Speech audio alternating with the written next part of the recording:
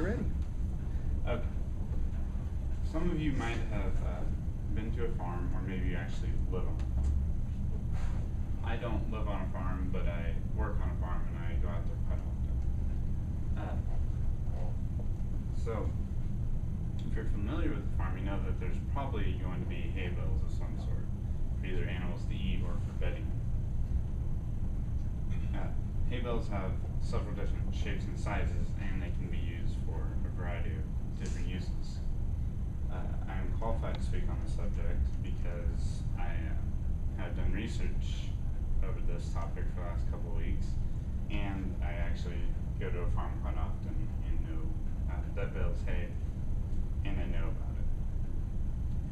So my three main points I'm going to talk about are square baling, round baling, and other factors that contribute to baling.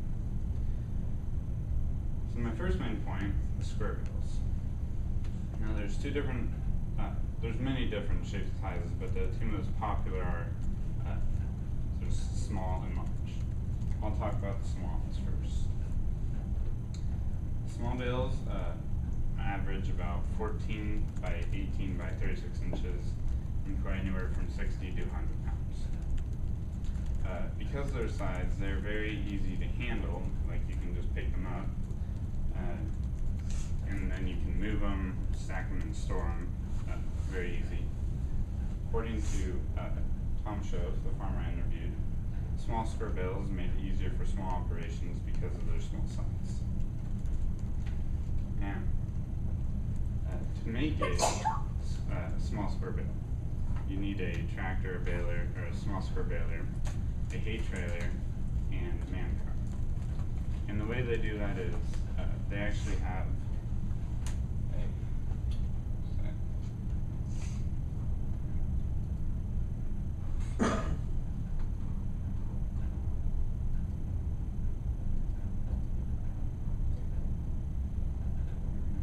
here's what a small square bale looks like. The way they do that to bale the hay is you have two people on the hay trailer, and they're getting pulled behind the baler. And what they do is they actually they have a metal hook. They go down, grab the bale, and then they pull it up, and then they bring it to the back of the trailer and they'll stack it. And you do that all while it's moving, and then you just keep doing that until the trailer's full. Square baling takes a lot longer than other types of baling just because people actually are stacking the bales and you don't just lay them on the ground. Now, large square bales, they're about 3 feet by 3 feet by 8 feet, and weigh anywhere from about 1,000 pounds to 1,700 pounds, depending on the type of hay that's being baled. Now, to make a large square bale, it's a lot more simple. All you need is a tractor with a fork, and by fork I mean something that can spear the bale and pick it up so you can move them, because they're obviously way heavier than you can pick up, and then a large square bale. And typically they just lay them on the ground, and then a tractor will come out and pick them up and move them where they need to go. And they're much quicker than small square baling, just because a lot more small bales fit into one large bale. And round baling, that's my second point. It's an alternative to square baling, and they range anywhere from about 4 feet by 4 feet by 6 feet in dimensions, and can weigh from 1,200 to 2,000 pounds, depending on the type of hay. Some of the advantages of round bales versus square bales would be that you can bale faster with round bales because you can just move faster. Feeding the animals is easier because you can just leave it out for days at a time without worrying about them. And then round bale looks like.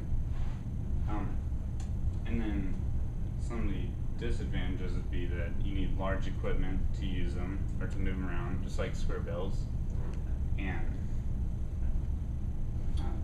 there's a lot more waste when you feed them to animals because unlike square bales, because square bales you can track a lot easier what you put into the bumps, and these will just sit out in the open and animals will take it and pieces will fall, so a lot more waste.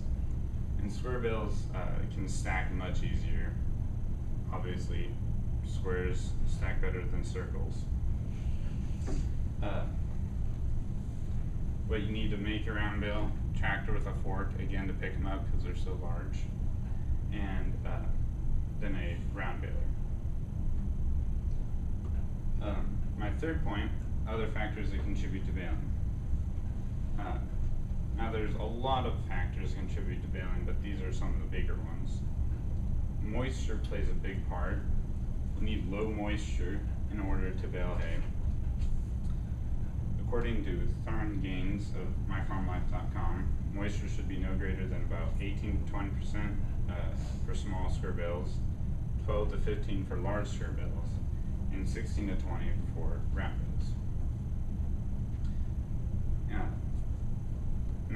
And then you also need very warm and dry weather. Wind helps a lot to dry the hay. If you don't have it completely dry like you need it, sometimes they can rot out when they're just sitting in the barn, or possibly they can spontaneously combust and burn down your barn or the rest of your hay. Now we've talked about square baling, round baling, and other factors that contribute to baling. Ultimately, what the farmer chooses is up to how to bale their hay is up to them. But they need to take into consideration their preference, their time, their storage facilities, and their equipment that's available.